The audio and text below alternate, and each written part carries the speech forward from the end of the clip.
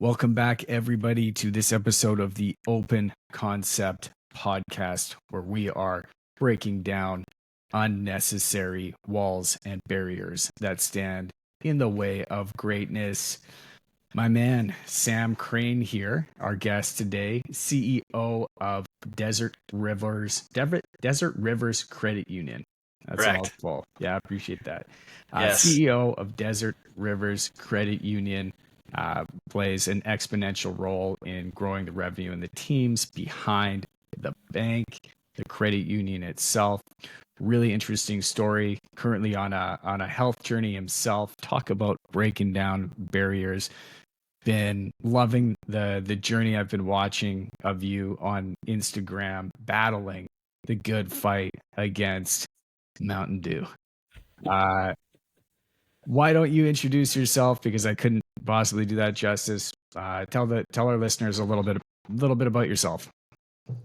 Yeah. Thanks so much, Brandon, for having me on. I'm super excited to be here. Yeah, born and raised in Utah, as I mentioned earlier. Love the area out here. Love the people out here. Grew up kind of as an entrepreneur spirit. So, like, my first job ever was selling night crawlers to fishermen. Because our house was kind of along the road that went to the fishing holes, and so Yeah, I yeah, put yeah. up a sign, and it's like picking up dimes out of my backyard. So that was where my entrepreneurial spirit started, and I've always been excited about business and how it worked, and kind of the idea that if you work hard and you have an idea, you can get it going and make money and make people happy. It's all win-win. So And night crawlers, they're like little fishing worms, worms. fish bait. Yeah, You're fish bait. Yeah. digging out of the backyard and running them down to the dock, and you're selling worms. Yeah. Every night I would go out after our lawn had been watered. We had a big old lawn in our backyard, and I would put a little headlight on and go out and collect worms. That's when they come out at night. Yeah. And they're only like halfway out, so you got to grab them really quick, but pull them slowly. There's a whole thing to it. Yeah. Well, I hear that, So like, you hear the stories of guys selling lemonade. I did that, right? You yeah, do the lemonade stands and the newspaper routes, night crawlers. So it's a new that's one. the first time I've heard selling worms. It got me through. Bought my summer clothes every year, my back to school clothes, so that was a good thing. All right. So you graduated on from selling night crawlers Yeah, to yeah. fishermen. So right. So eventually went to college. I worked a few different entrepreneurial jobs between there, but um, I was going to go into the nursing field because my friend was a nurse anesthetist, and she was like, "You should do this. It's so cool." And I spent like maybe a couple of semesters doing that, and I realized, man, this field is not for me because I don't like the sight of blood. I don't love cleaning up after people. And I was like, I got to change. So I started thinking about what I wanted to do, and I'm like, I love business. I love entrepreneurship. Why am I not, doing that? So shifted to that. Got a business management degree in business management, and with an emphasis in entrepreneurship, and kind of took off from there. Um, I really started in the financial services as a financial advisor for New York Life, fresh out of college, and that was a tough job. Really, just grinding at sales and trying to get people to invest in their future, retirement. Yeah. And So these are after, like retirement savings yeah, plans. Yeah, just life insurance, bonds, whatever, life retirement. insurance, all that sort of stuff. Yep. I'd meet with clients, and come back and I'd be like, okay, for you to meet your retirement goal, you need to spend, $300 a month on investing in some retirement plans. And they would say, well, I don't really want to do that, but I do need a new car, and I could spend my $300 a month on a new car. If you could get me a loan, I'd really appreciate that. And I realized I was in the wrong business. Yeah, yeah. Like asking people to save money for themselves is difficult, but I needed to get into lending. And so then I shifted to lending and started working for a big bank in their lending department as a loan officer, and found out that I really enjoyed helping people consolidate debt.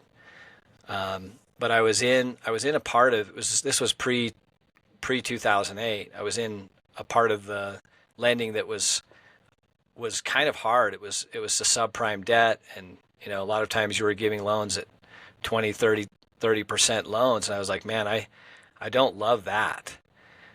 And so I was able to eventually move to the softer side. I became a manager and kind of learned how to run a lending department. But I realized credit unions were able to really take care of their customers, their members, better than we as big banks could. And I'm like, they're also offering rates that are, actually you could swallow a little bit and not, not hurt your customer. And so I eventually found a credit union. I became their vice president of lending. And after a few years of that, there was an opening for the CEO position of a credit union at Desert Rivers Credit Union. Prior to that, it was called Grand County Credit Union. But I became the CEO of that, and that was 13 years ago. So kind of rolled into credit union world, and have grown that particular credit union from like 12 million in deposits. We've grown to close to 110 million in deposits now. Wow.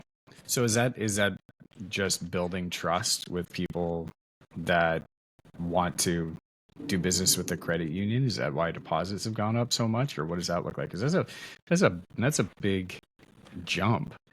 Yeah, really, like the growth on credit unions, you can't really grow deposits unless you grow loans, because you can't pay your deposits well unless your loans are growing and working out well for you.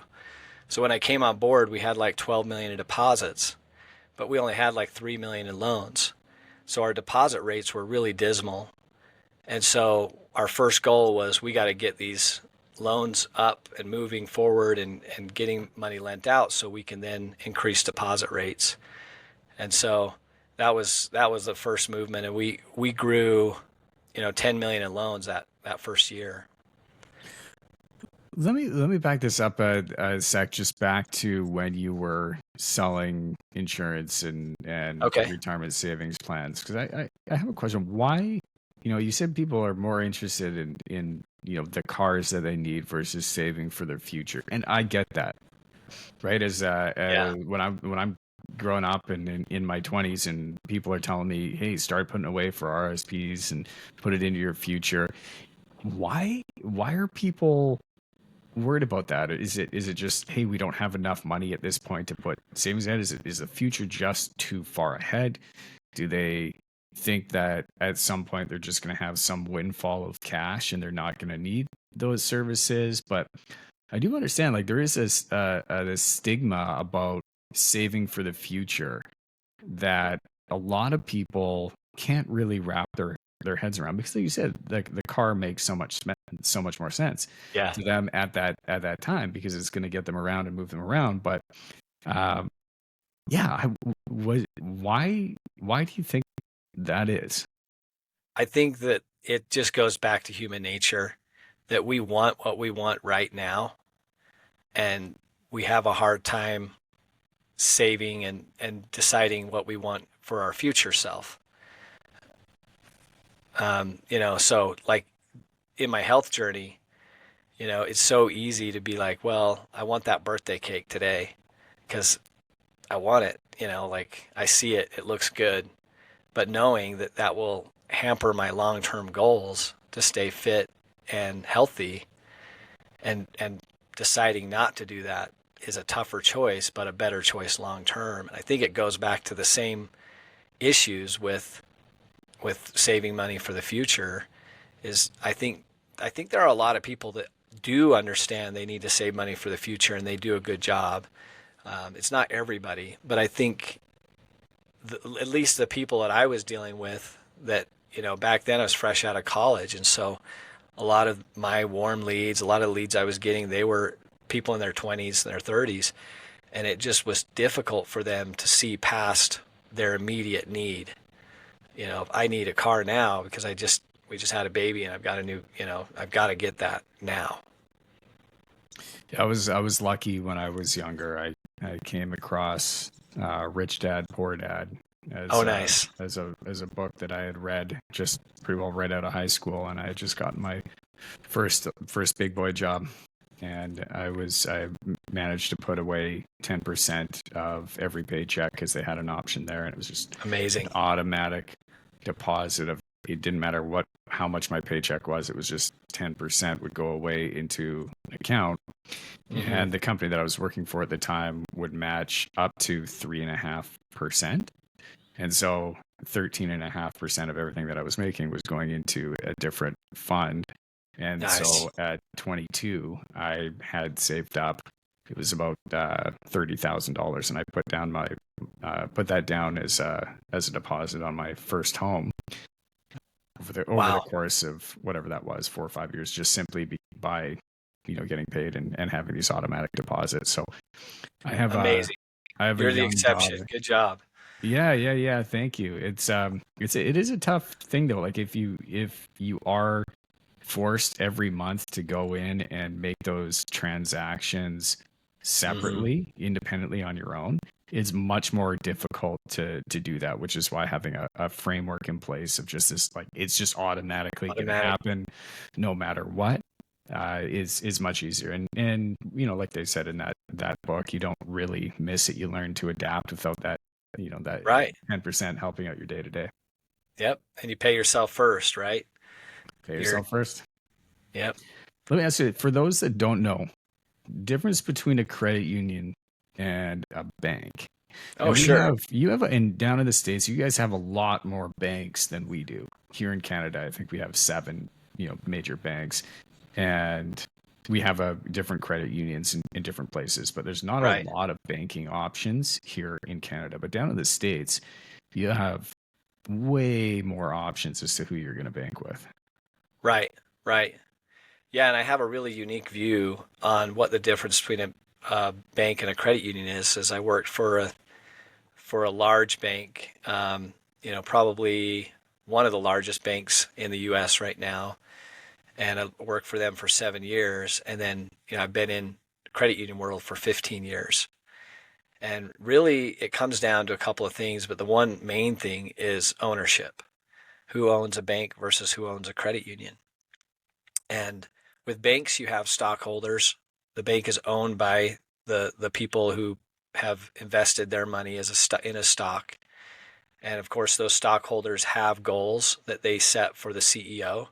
And usually those goals are based off of profit margins and, price to earning ratio. And they want to see earnings happen at a bank.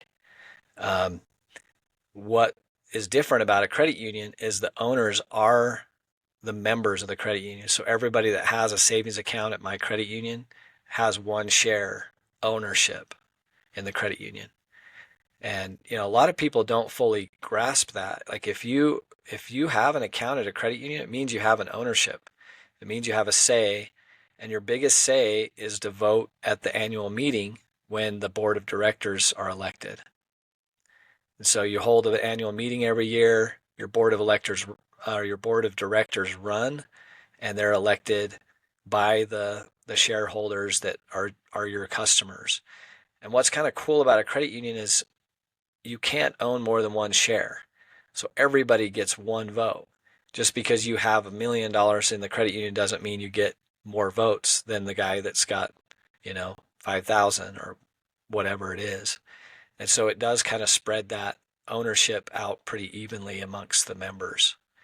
And then, of course, those board members that are voted on at that annual meeting, they set goals for me as the CEO of, hey, this is what we would like to see based off of what our constituents are asking us to do. Whether that's better digital services or more reach in our branching, or we want better loan products, or whatever it is that they're setting for goals for me. So every year we set the 10 major goals for the credit union we want to accomplish that year.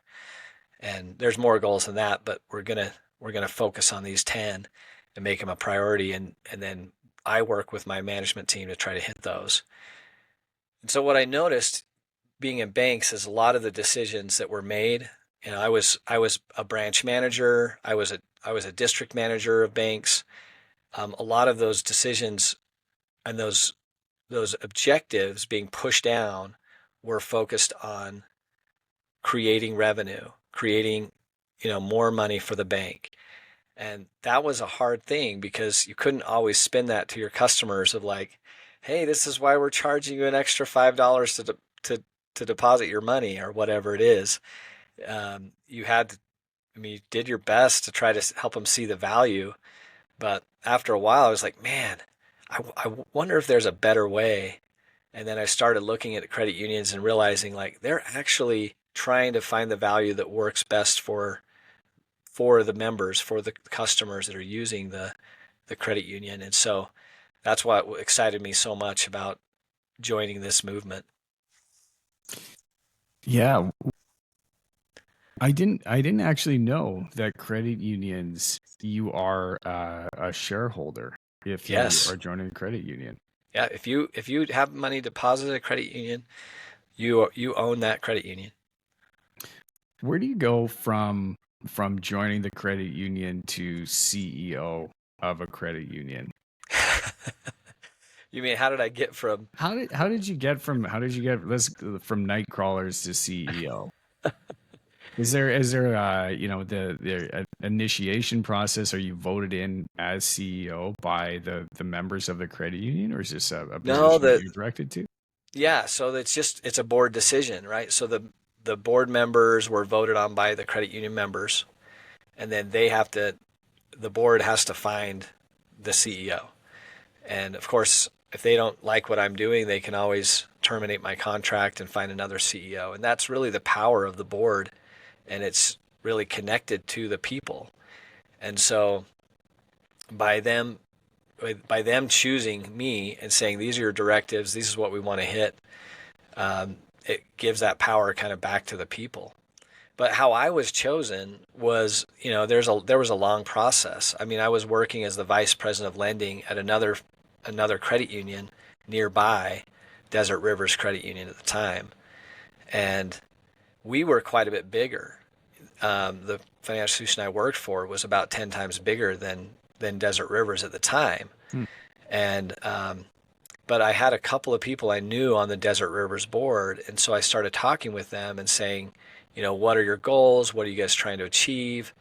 And actually, for me, it was a leap of faith. I actually had to take a pay cut to become the CEO of that credit union. I was making more money as the vice president of lending at a different institution. But if you remember, back at the time, we really didn't have that much in loans or deposits, so the Mhm. budgets were tight, and I could see that, you know, I knew the area, I knew banking, I'd worked in Southeast Utah for all that time. I knew I could kind of head us in the right direction. We'd been plateaued at that place for quite a while, but I knew I could do it. And luckily, the board took a chance on me, and it's worked out. When I started, we were at 5 employees.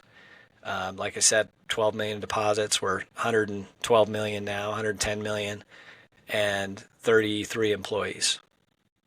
Four Awesome. branches now. So we went from one branch to four. Speaking of people and employees, and I mean that's incredible. Like that's really amazing growth to see year over year, and didn't come, I'm sure, without a series of challenges Oh yeah. and buy-in from staff. And as you grow, you're changing systems and you're spreading out, looking at different branches and different locations and different leadership teams to hit initiatives. What does that what does that take to lead a team to say, hey, these are our goals. We need to lend as much as we can to people that need this money. Let's get our names out there. Let's make sure that people, if they need a loan, they are coming to us. I imagine there's a lot of marketing involved. There's a lot of strategic planning with the leadership team and some pretty clear initiatives and targets, but how do you say, hey, we're 5 million right now. We have a target of 100 million, and Right. how we're going to get there. What does that process look like as a CEO, knowing that you need tremendously talented and incredible people that are driven to make that happen? Um, where do you find them, and how do you incentivize them? How do you lead them to make sure that they are aligned with the goal and they are absolutely going to be able to knock that out of the park? Yeah, well, it starts at the top, right? Like a lot of people, the way that they want to hit goals is they just want to do like, well, what do I need to do a little bit better this year? But the way I kind of looked at it was like, what do we want to be when we grow up? Mm, What do we want to look like? You know, we've got some growing to do. What does it look like 5, 10 years from now? You know, and so that's a really fun place to talk about because it doesn't require you to do anything yet. It just requires you to dream and dream big. And what's interesting about that, when we did that the first time, we ended up kind of boiling those down to some 5 year goals. And and they were like, okay, those are a little lofty, but let's set them out there. And then it was like, okay, what can we do, knowing that our 5 year goal is to, you know, have another branch and to grow by 20 million, and kind of what can we do this year to to to eat away at that. But also you have to start asking yourself, as a leadership team and as a team, what do we need to become ourselves in order to invite that future vision? Because it's not just about growing one year incrementally. It's about us all transforming ourselves into the type of people that we can step into that future vision of ourselves. And so that's what our progress was, or our process was for strategic plan. We'd meet each year, talk about our vision for the future, boil it down to some ideas. And what's cool is, Brandon, I can go back and look at those 5 year plans every year, and almost everything we've ever hoped for has been met. And a lot of times we'd be able to do it in 1 to 2 years, not 5 years. So a yeah, lot of people, we think we can do a lot in a day, but we don't realize how much we can do in a year or 2 years or 5 years. Like if you're consistent at something, it really does work over a long period of time.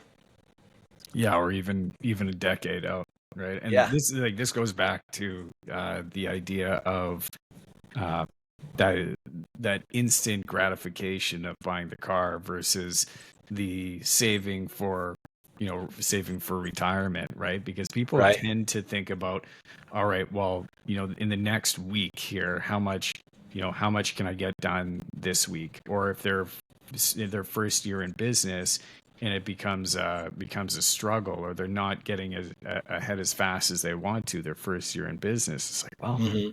it's just the thinking behind that is too short term. Like you need to expand out and think a decade, right? How much Right. can we do in a decade?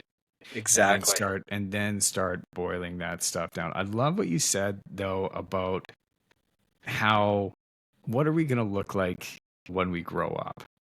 This is pretty cool. Like, 'cause you can look around right now, and I'm looking around my office, and I'm like, man, I feel pretty grown up, but there's still a lot of maturing here that we can do. And so looking ahead at, like, all right, well, what are these next steps? What is being a grown up now look like Right. Right. as an organization? Because we all think about that as a kid, right? It's like, what do I want to do when I grow up? We dream about it and we fantasize about it, but like we can do the same thing now as an adult. Like every aspect of our life requires growing up and maturing and transformation, and we can invite that in every aspect of our life. It's a true principle. Yeah, growing up, right? A little There's different. a little different, but I think human nature, we do want to people are afraid of change. Mm, They're nervous yeah. about what they're going to find on the other side of growth, whether that's fear of, maybe it's a story that we tell ourselves about money, or we tell ourselves about being fit, right? And that's Right. that's another one where people, they like, well, I could go to the gym, but I'm going to do it 2 days a week, and then I know I'm gonna put in a bit of effort there, and then I'm gonna have a couple bottles of wine.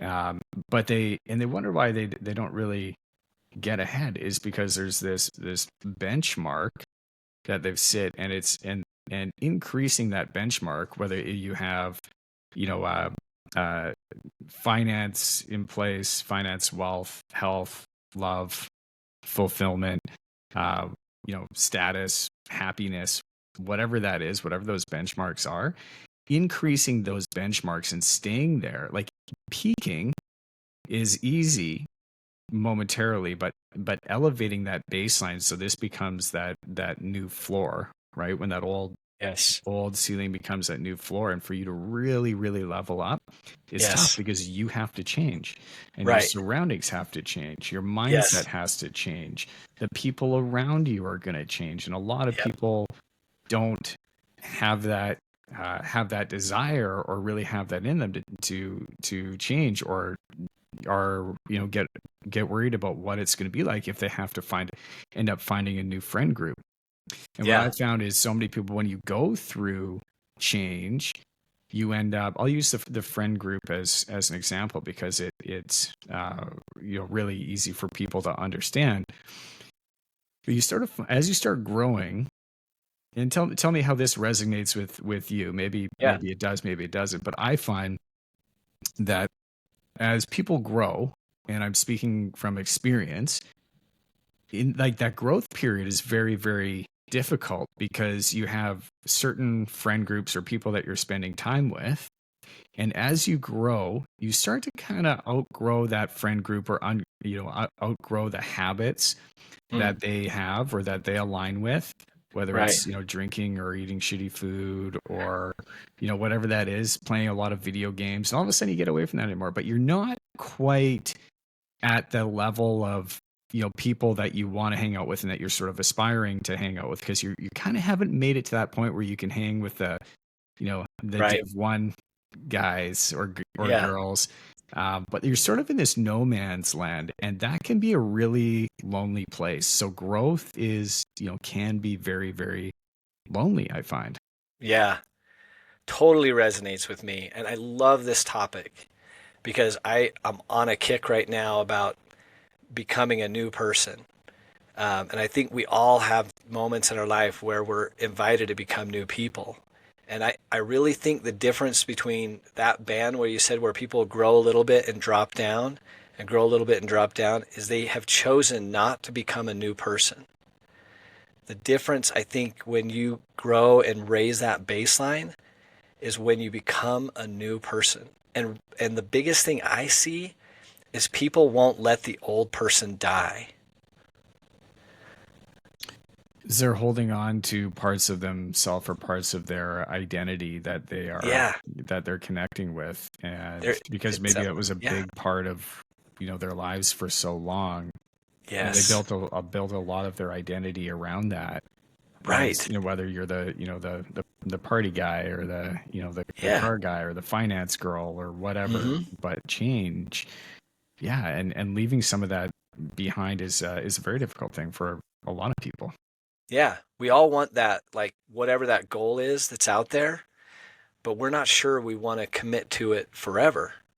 And that's really like letting that old person die. Is there's certain parts of us that have to let go. Like I've been on a health journey for like the last 2.5 years, and I walked in my closet the other day and I realized I still have my fat pants. You got your fat clothes, yeah. Yeah, I'm like, why am I holding on to that? And I realized I have a limiting belief around I might need those someday.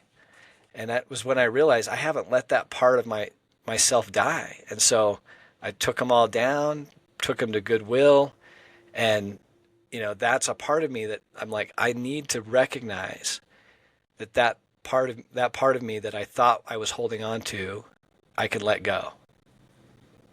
Yeah, I had sort of the opposite there, where I was looking at growing and putting on size and putting on muscle, and had some of these t-shirts that were getting really tight, but they were kind of like cool vintage t-shirts. Yeah. And I was like, oh, maybe one day I'll cut the sleeves off and I'll do that, but maybe I'll be able to fit back into them again. I'm like, what am I doing? This is a t-shirt. You're crying Right. out loud.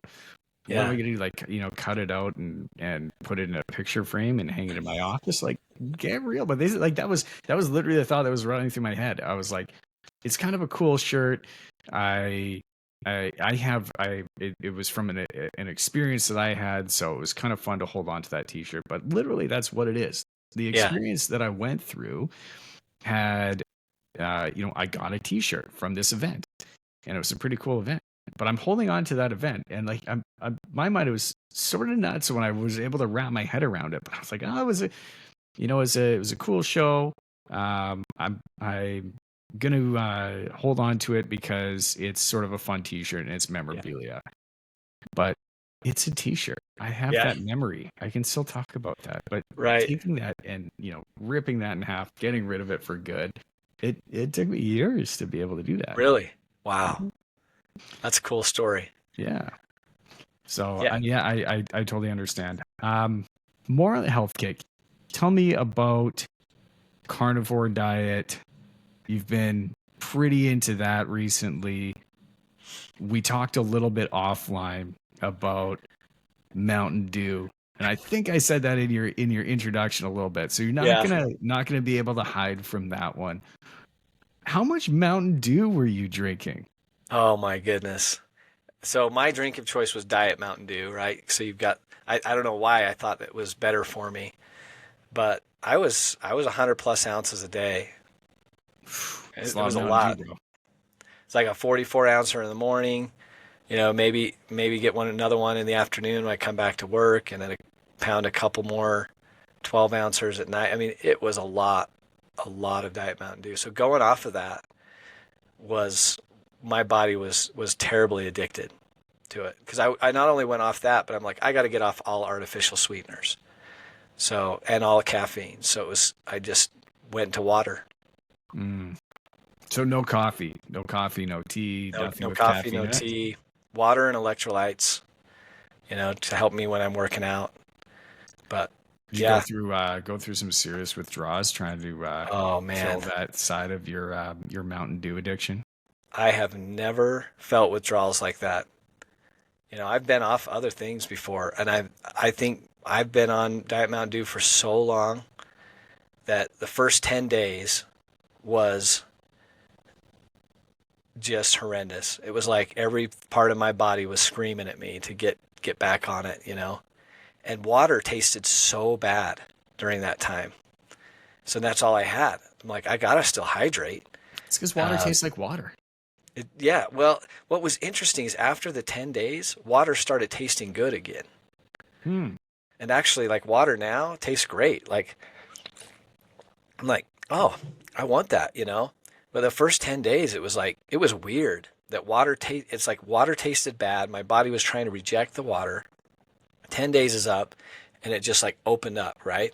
And I could just feel a change. And so then water started tasting good. I started moving forward. At like day 15, I got super sick. Like Really? one of the worst colds I've ever had in my life.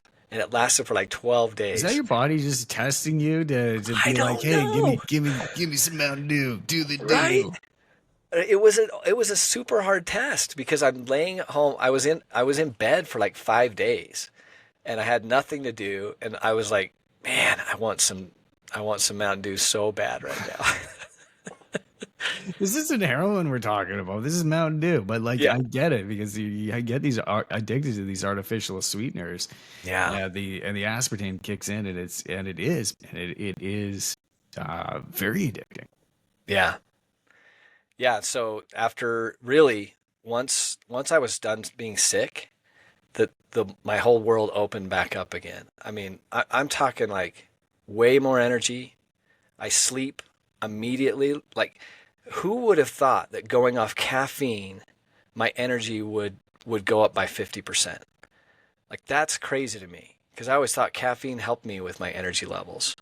But I sleep better. I sleep right away now. So the moment I want to go to sleep, I lay my head on my pillow and I'm out. And then I wake up super refreshed at the right time. It's been life-changing for me. Like I wasn't sure at the end of 30 days. I was kind of doing it as a test to see if I was going to do it long term, but I don't see any reason why I would go back to the way I was before. Yeah. I'm at day Don't 50 do it. tomorrow. You're there. You're there. You've made it. You've done Yes. that 30 days. I don't drink Mountain Dew anymore. Right. It's not who I am. Not who I am. I don't identify with that Mountain Dew drinking sucker. I had similar thing. I mean, I've been drinking coffee for as long as I can remember. Mm-hmm. Love coffee. Love the way it makes me feel. Love that first cup in the morning. Love the way it tastes. I love the bitterness. I love when you wake up in the morning and I'm reading a book and then all of a sudden you just feel that that like shock that just sort of kicks in and all of a sudden you're like, all right, here we go. We're ready for the day. I love that. I tried cutting out coffee. I did for about a month, actually almost 2 months, 2020. That was January of 2020. And then we went on holidays to South Africa. My wife Okay. is from South Africa originally. So we went there with some family and we landed February 28th of 2020 and we flew back March 14th. So when we left, we had never heard of COVID. It was never on our radar, had no idea what it was. Yeah. Halfway through our trip, started getting messages from friends back home saying, hey, when you fly back to BC, you're going to have to quarantine. Like, you should get back home. What the hell are you talking about here? Anyways, I remember we flew back, got back March 14th. And I just sat down and I was getting lit up from text messages while I was away from our staff. Like, should we be going into people's houses? Do we need to go, we need to get masks? Like, what the heck are we doing? It was so new. And I remember sitting at my table and I was jet lagged. I was like first day back really at work, had woken up and like the world had just changed. And I just remember staring at the mirror and I was like, fuck it, give me some coffee. Let's go. I need this in my life right now. I have no idea how things are going to go, how things are going to Yes. turn out, but give me that coffee. And I haven't been back since. So I still enjoy coffee, but I started drinking decaf too Okay. in the evenings, but still having something there was was something that I thoroughly enjoyed. I had a Diet Coke kick at one point, but it was in my earlier days. That was sort of my drink of choice. But I tried to get off of that as quick as I could. Yeah. Yeah. I mean, in Utah, like diet drinks, diet sodas are a really big thing here in Utah. Mm. And so it's everywhere, and that's really where I kind of got addicted to it was I didn't have a lot when I was growing up as a kid, but get into high school and it's the thing to do is soda around here. So that's what everybody's kind of addicted to. Well, it's not just Utah. It's a huge part of the world, but I think especially down in the U.S. I mean, you have so many more people down there than we do in Canada. But man, you talk to, because I'm in the blue collar space, we'll call it, right? I run a construction company here, and I was on a group call with a handful of other contractors that were down in the States, and I was asking one of the guys, he was fairly overweight. And you could tell just really not healthy. And you could also tell by the energy that he was bringing to the table that there was just health had a lot to do with it. I didn't know the guy all that well, but I asked him, I said, what are you doing for health? Like, how's your health? What are you doing for exercise and diet? What's going on? And he sort of was, well, I'm really going for walks sometimes and trying not to eat as much stuff like Jack in the Box. I'm not eating that every day. And, just sort of stuff like that. I'm trying not to drink as much Monster energy drinks and Red Bull, but then he kind of played it off a little bit. But he's like, but I know on job sites that's kind of like in the construction industry, that's what guys are doing, and so Yeah. it's like kind of a thing. I was like, what? Why is that a thing? Like, I don't, is that a construction thing? Is that a necessity thing? Is it like guys or just don't care? I don't, but there was a stigma about it that because he was in construction, that was okay for him to just fill his body full of crap and all the stuff that he didn't need. I'm like, man, the industry that you're in, if you're saying that you are as good as you are, then the industry needs you, and the industry needs you to be the best that you can be. And the best Yes. that you can be is not that person that's eating out of that brown paper bag Right. 4 or 5 times a week and That sitting is there and coming onto this call super amazing. low energy. Like, I can Yeah. tell that you need to get start making this a priority. Right. Right. No, I love what you said about showing up. How do we choose to show up?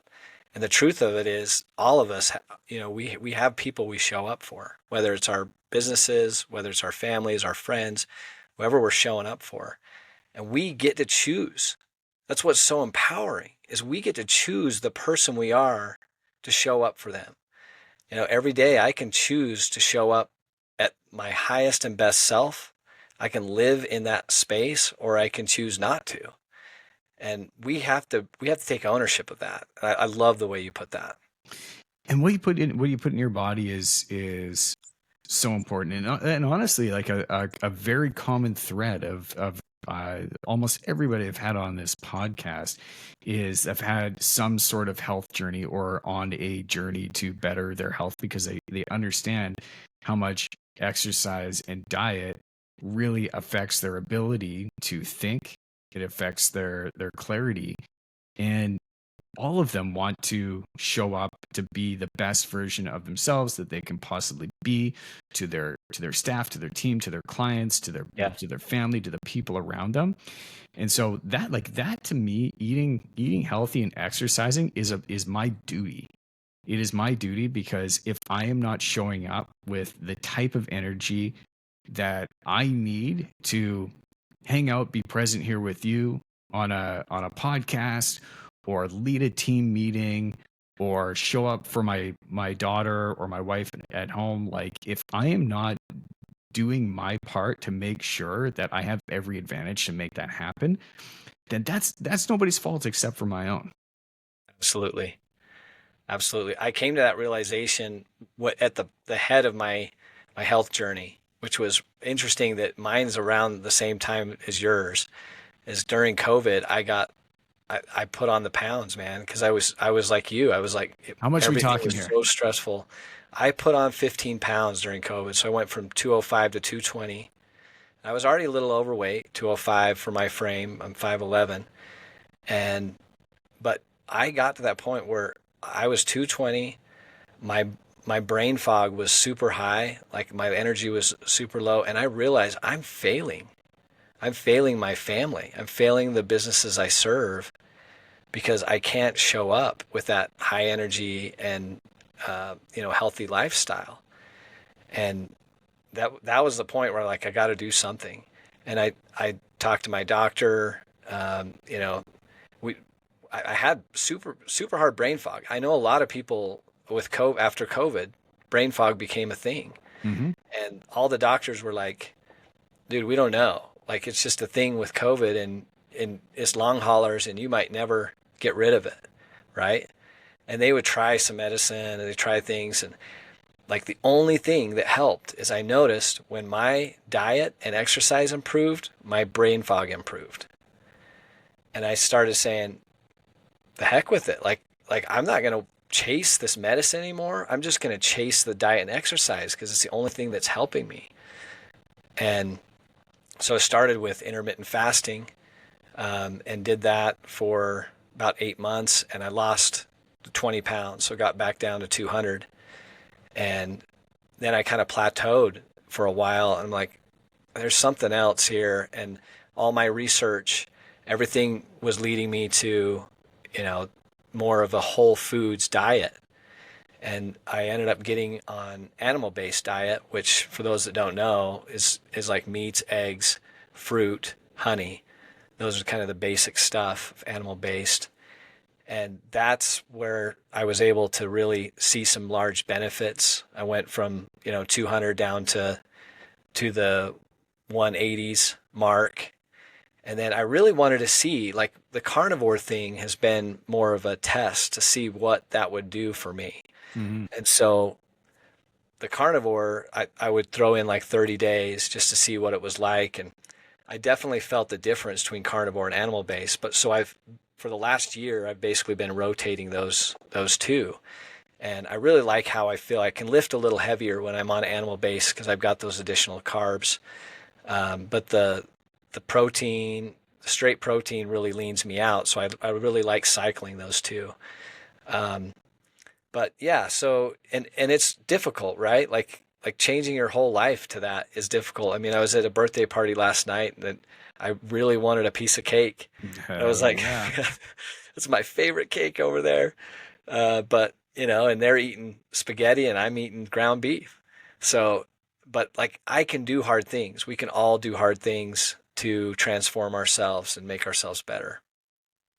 I remember I was doing a cleanse, and it was uh, over my daughter's third birthday, and it was heartbreaking because she, we had made some cupcakes. My wife and some friends had made some cupcakes, and they were um, for her birthday, and she loves cupcakes. I mean, what 3-year-old doesn't? Right. But she had saved one for me, and she Oh, wanted she wanted me to eat it so that we could eat it together later. oh, oh man. It's breaking And my heart, and Brandon. I'm on this cleanse, and I'm like, fuck, all right, this is a test. Yeah, This is a test of strength right now. right. And that was a very, very difficult thing. And I had to explain to her because I again, like I look at her and here's this little girl and she's got this cupcake that she saved for me. And because she knew that I didn't get one. And so she put one aside for me. And I had to try and explain to a 3-year-old why I didn't want to have a cupcake with her. Yeah, And that was a tough thing to do. But I didn't want to start the cleanse over. And I knew that if I did that, it was going to be another, you know, I'd have to start all over again because I wouldn't have consciously completed it. But that was definitely a challenge. yeah, Do you yeah. It's find moments like that that are tests, right? And we decide if we're going to pass them or not. when I started taking food, sort of diet and exercise seriously and started talking about it, I would kind of keep it to myself in the office. But as soon as I started getting louder about that, I found this rippling effect throughout Yeah, the office where now people start as the leader of the organization, people start understanding what it is that you value, right? And they start understanding, okay, well, if I'm implementing these things in my life, or if I'm talking about certain things, I have this feeling that maybe I'm going to uh, be judged. Like if I'm bringing in pizza for lunch, then maybe I'm gonna be judged by the guy that's bringing in chicken and salad and tomatoes. right. And not that there's judgment going on, but I found that those healthy habits started radiating more and more Absolutely. into the people that were around me and that were in my environment. And that Right. was and that was cool to see because it's all good for one person in an organization to come to and show up with energy and be a leader. But if you want others to also show up and be a leader, then it's super important for them to also and to their families, right? They're going to come in, they're going to work hard, they're going to go home. They want to be the best mother and the best father that they can possibly be when they get Right. home too. Yeah. But so that as a leader is also part of your responsibility, I found. And especially if you're talking about building some pretty high level leadership teams within the credit union and making sure that they're growing. growing business and growing personally, like the only way for them to grow business as well, I assume, is for them to grow personally within themselves and be able to also overcome new challenges and learn new things. Right. And I imagine, I don't know what's going on, but I imagine that people in your world are really starting to sort of see this new side of you evolving, and there's probably something that's triggering them, and maybe you don't even know about it yet. But I'm always surprised at just how far of a reach good habits and change can radiate into people, and probably have more and more impact than you realize. Yeah. No, I've seen it. You're describing it. I'm like, oh yeah, this happened and this happened, this happened. And like at first, I think a lot of people are like, uh, what's going on? Like, is this just a phase or is this going to last? And once they saw, oh, this is really like a part of his life, and he really is changing for good. He's not looking back. He's not going back. It's had that ripple effect. But initially there were, and not just in my work, but in other aspects of my life, all aspects of my life, I was surprised at how many people wanted to push back against me trying to hit my goals, against me wanting to lose weight and become healthier. It was like, no, no, it's scary to them. It's scary that you're trying something new and you're trying to transform yourself. And so a lot of the comments are negative, or, I remember my mom saying that, like, she's worried about me because I've been losing so much weight. And I said, Mom, look at the pictures. So I had a side by side pictures of me, because I've tracked my progress with my shirt off. It's like, here's what I look like at 220. Here's what I look at 170. Like, which one do you think is healthier? And she was like, oh, this one's way healthier. And then my thought is like, why weren't you saying you were worried about me when I was 220? You know? And I actually asked her that question. She's like, well, you don't want to make people feel bad. But it's That's like, not your responsibility. This yeah, is like this is the exact same thing. Like, that is not your other people's feelings, is not your responsibility, because that's what they are. Like, mm, they are feelings. Like, yeah, and you're not going out and intentionally hurting yeah, somebody, but growth, like, if people are witnessing change in somebody that they care about, it makes them uncomfortable. yeah, yeah, But yeah, you can't dim your light. Like, right. similar example. My wife, I mean, she's pregnant with our second. We have a second daughter on the way right now in June, which is very, very cool, very Awesome. blessed. But she hasn't had alcohol for well over a year now. And Yeah, she had decided, you know what, I can't do the couple of glasses of wine type thing. It was like, if I want to get rid of alcohol in my life for good, or get it under control, I have to go all in. So I just said, yeah, like, I'm quitting drinking, and I was in huge, huge support of that. But you still get, like, her mother would come over every once in a while and bring a bottle of wine, and offer her mm, a glass. Oh, do you want a glass of wine? mm. She's like, wow, Wow. like, Mom, I don't drink anymore. Right. And she'd be like, Wow. oh, okay, okay. Well, if you want some, here it is. He's like, no, Wow. you don't understand. Yeah. Don't, like, you can't offer this to me because I Right. don't drink anymore. That's not who I am. And so putting down these, like, very firm barriers, um, it makes other people uncomfortable. But, like, those Right. are those are the struggles that you go through independently as you try and grow yourself. Yeah. Well, I think what it does is, like you said, it invites them to change. It invites them to grow themselves. But if they choose not to grow, then that's what's uncomfortable to them, is that they have someone that's growing and they're choosing not to grow. But on the flip side, if they choose to grow, then everybody's benefiting, right?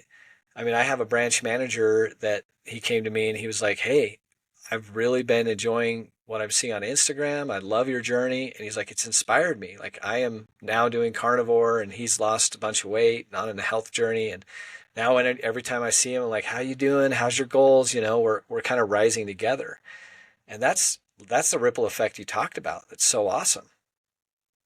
My best friend since the fourth grade, he sent me a picture this morning. He's been doing a cleanse and jumped onto a fitness program, and he is 10 days in, and he sent me.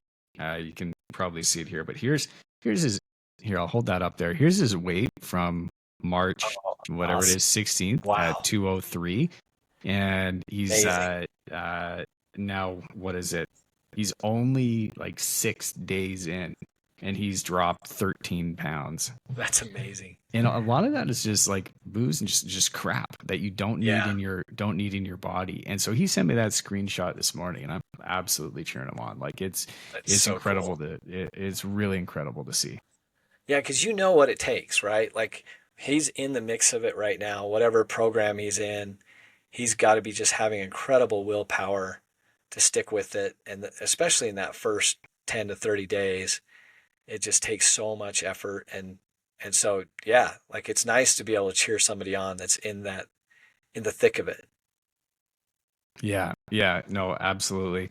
And I find that one of the most difficult things to do is when you are going through change and when you are going through growth is have the people that are around you understand. And you mentioned something about commitment and like, oh, this is a this is a real thing, I guess, you know, Yeah, and where people are questioning you about whether or not you're going to be quitting Mountain Dew or quitting drinking or quitting the shitty food or going to be running the marathon or whatever it is. But I love what you did, and you called the shot.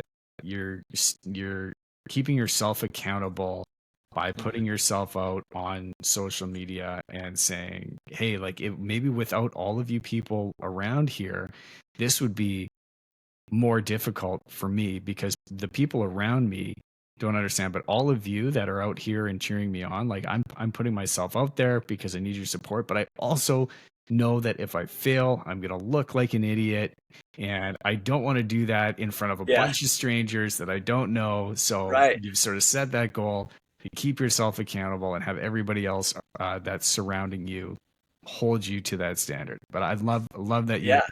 you called that shot. Now you're working towards it.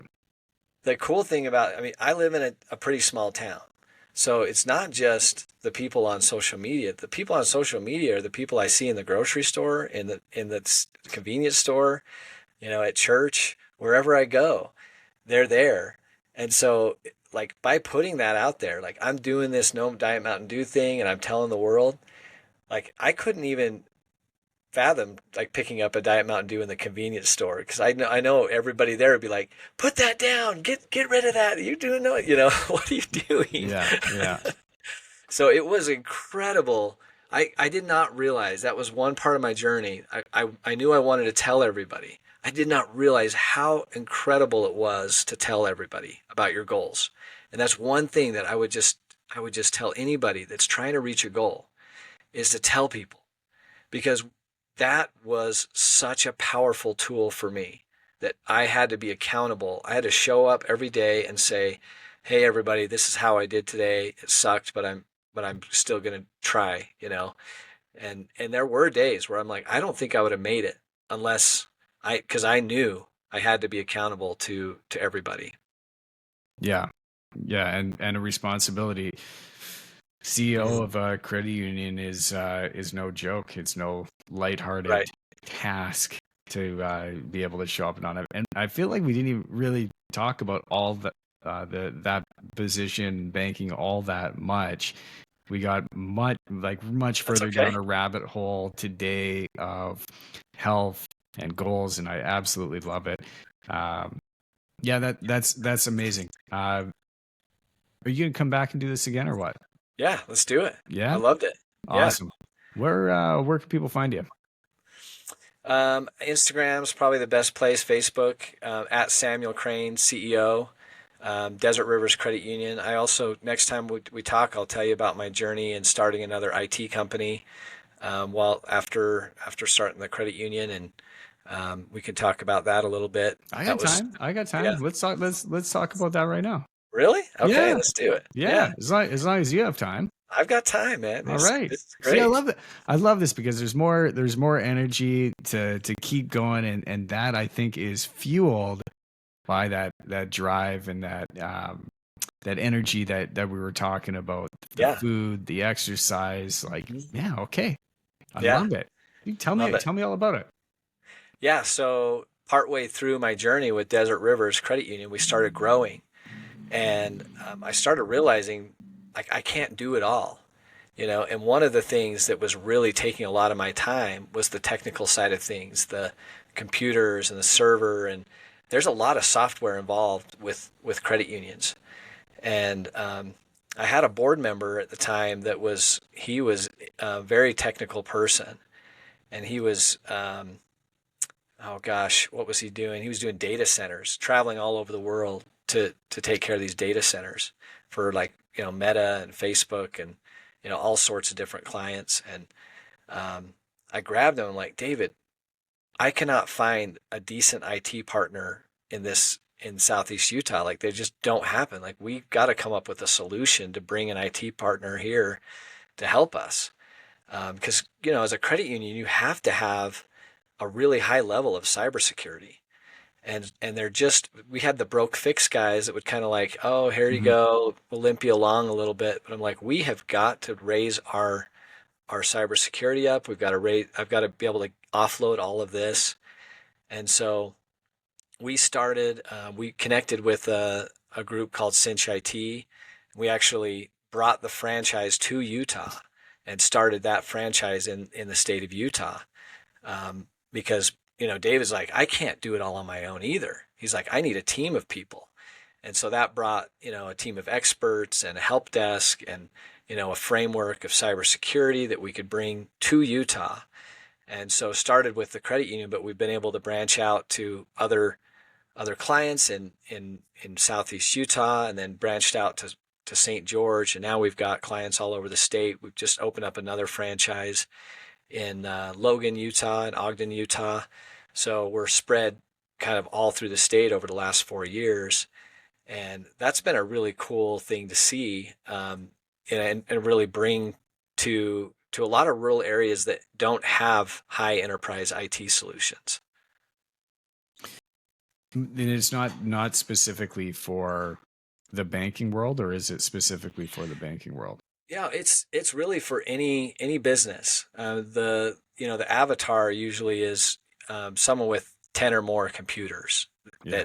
That at that point they're looking for some help with IT, and usually they don't. It's like they can't they can't justify going out and hiring an IT person at 10 computers, but they need some help. Hmm. And so we're it's like kind of like a fractional. We're basically your IT department. We come in, we bring all of our specialists, our help desk, and we get everything installed on your computer so we can monitor it 24/7 and make sure everything's running properly. And then, you've got your help desk to call if things break. And it's kind of an all you can eat model, which is we love. It's like we just charge, flat per user per device. And so you can call us as much as you want. It's on us to make you work properly, work better. And that was a huge, like the credit union, we saw, I mean, probably $100,000 plus worth of benefit the first year we put them in, because my branch managers were trying to fix things. I was trying to fix things. Things were breaking all the time. We were down all the time. And just being able to be up 100% of the time and offload all of that stress from my management team, they were allowed, basically buying back their time, they were allowed to actually do the thing that I hired them to do in the first place. Yeah, I imagine that you do need a lot of, like, there can't be any downtime if people can't access their money or their online Right. banking at scale. Yeah. That's gonna cause some real issues, and some Ripple people get effects. up in arms. That's for sure. Yeah. Big Yeah. Like rolling blackouts. if our Yeah. debit cards aren't working, not only is that bad PR for me, but we're losing money. and that can be just 10 minutes. 10 minutes, I could lose thousands of dollars. Yeah. No, that's nuts. Uh, Cinch IT, Cinch IT. Cinch Yeah, IT. right. And they're originally out of near Boston, Massachusetts, out of Worcester, Massachusetts. And they have they were kind of a homegrown there, and just be able to kind of grow on the East Coast. And now they're spreading across the United States. And we're lucky enough to grow them here in Utah. Couple more questions. Balancing running the bank and the launching of the IT company across multiple states, family, exercise. What allows you to expand at your extremities and have that kind of reach and move at the pace that you're moving? Is it all you? Is it the teams that you've surrounded yourself by? Imagine a few key people, but Yeah. what does that look like? What gives you the ability to do that? Yeah, I mean, I think that's the first question a lot of people ask me, when they see that I'm involved in a lot of things. Like I was the head football coach for Grand County High School for a year. So there's like I'm involved in a lot of other things, and they ask me like, well, how do you do it all? And the truth of the matter is like it's possible if you know where to lead and where to stop working. I think a lot of times when we hire people, we put them to work, and then we tend to want to do their job for them, instead of hiring them saying, this is your job, and if you're running into problems, you got to figure it out. And like I'll help you here and there, but this really is your responsibility. And really, like, it comes down to building teams that are self accountable. Like they can hold themselves accountable for hitting the goals that you give them, and I can keep my hand on the pulse of things. But um, it's very possible. Like I have a great family life, I have a great balance, and I'm constantly looking for the next thing of how do we grow the empire. Hiring people and letting them do their job. What a weird philosophy. Right. I'll Yeah. tell you another thing that like leveled me up was getting an executive assistant. Yeah. Like that changed my life. Her name's Janae, and like we hired her a few years back, and talk about just being able to offload your calendar, your emails, being able to have her manage that and then get back with you on the most important things. Uh, that was a game changer for me. Heck yeah. No, I love it, man. Let's do this again. Because I think Okay. there's a lot more that we can dive into. I think we just scratched the surface.